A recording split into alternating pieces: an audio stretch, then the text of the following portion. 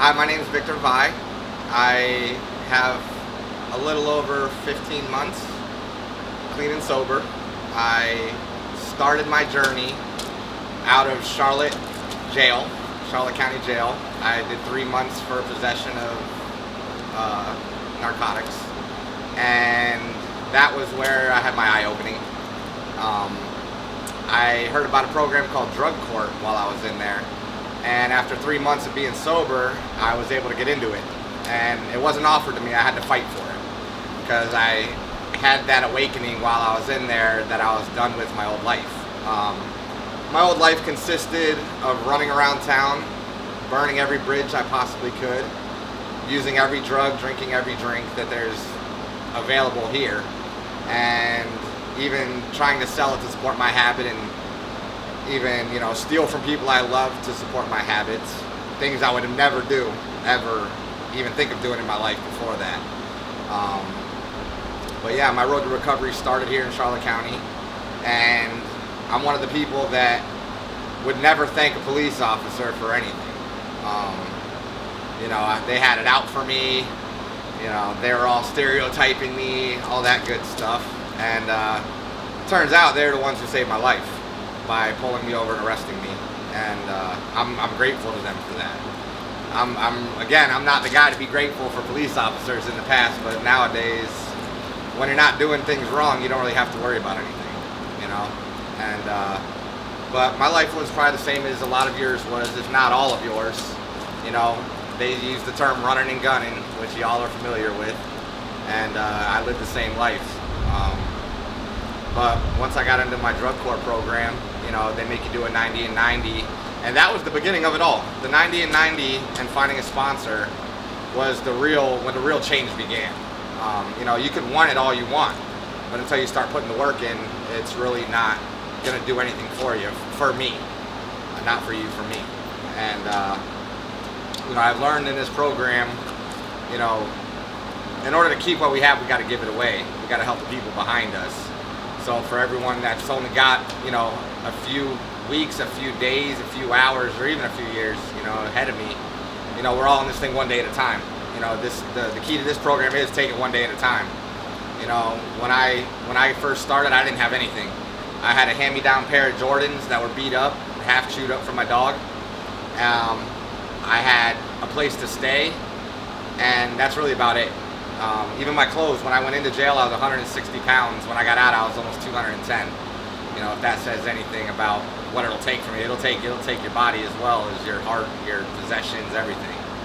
And I first started, showing up to class in group, hitting at least 1 meeting a day. That was the minimum, but 2, 3 most of the time was what I needed, because all that downtime. Over the last 14, 15 months, I started off small. I worked at a bowling alley part-time, just fixing pins, sitting in a room waiting for a phone to ring. It was boring, but it got me the baby steps I needed to get a real job. Then I started working with my sponsor, working construction with him, renovation, and got a little more responsibility, a little more accountability. Everything's a progression. It's a step. It's not a race. It's a journey. There's no finish line. We don't get no diploma in this. The only thing is we get at the end is, hopefully, by God's grace, when I go, I'm sober. And at this little amount of time, I've got a full-time position, working local here at the Home Depot. I got 401k benefits. I work with amazing people, and I get paid well to do it. And that's with 3 felonies and possession charges and being on probation. I still was able to land a full-time position at a billion-dollar company. And that's one of the gifts sobriety will bring you. I've been able to buy things. I tried the shopping addiction for a little while. I thought I needed this, I thought I needed that. Now I got a whole room full of shoes I don't wear that I got to sell off. But when I first got in, my sponsor rode a Harley, and I said, man, that's something I want. And that's one of the reasons I asked him to be my sponsor, not only because he could see through my BS, but he had the things I wanted, the things. So about 12 months in, I had saved up enough money to buy my own brand new Harley. I had enough money to pay rent. I have enough money to pay my phone bill. I have enough money to buy ice cream, which is my newest thing. You know, all these people that they got me, you know, they're ride or die, they're this and that. It's funny how they disappear after you don't have anything to offer them besides friendship.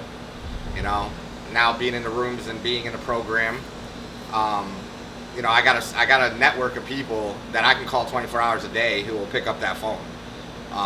You know, using that phone list, using, you know, the connections you make in recovery, you know, talking to those people, that's all I got nowadays, and I'm grateful for that. Life was tough before this. You know, my own father, you know, he didn't want me around. My sister didn't want me around her children, my nieces and nephews. You know, relationships, I can count three real relationships with three real good women that, you know, I lost to addiction. Everyone thinks, oh, it's just, you know, I just drink a beer and smoke a joint, and for me that beer makes everything okay, and that joint just kicks the field goal. You know, those are my baby steps to getting right back to where I was. And this disease, it grows with us. You know, we're not aware of it while we're sober, but when you pick up, I've heard, you know, old timers saying, when you pick up after you've had time being sober, it's not less, it's not the same, it's just like you never stopped. And that scares me, because I was close to death. You know, I was making the worst decisions of my life, and I didn't care what any of the consequences were. I always thought I'd talk my way out of anything too, which that didn't happen when the judge doesn't give you bond. You know, I never tell anybody it's easy, but it is simple. You know, in the beginning, just don't pick up and make it to a meeting, talk to somebody, and once I got that under my belt, then you start doing the steps, then you start talking to your sponsor, and it just progresses. You know, I'm going to be graduating drug court here in the next couple months, and it's something I never thought I could do. In the beginning, I never thought I could do it, but once I had that eye-opener, and they tell you only 1 out of 20 of you are going to make it, and 1 out of 20 of you are going to stay sober, I was the one that looked around the room and felt bad for everybody else, because it was at that point I knew I was going to be that one. You know, and, you know, my support system with my family and my counselors here at CBHC, everyone that roots for me, you know, a little part of me doesn't want to let them down just as much as I want to stay this way. You know, it kind of gives me that little extra boost on those days where I'm down. That's like, man, you know, you got a whole room full of people that are just smiles when you walk in the door, that literally will do anything that you ask them to do within reason of trying to understand something, you know.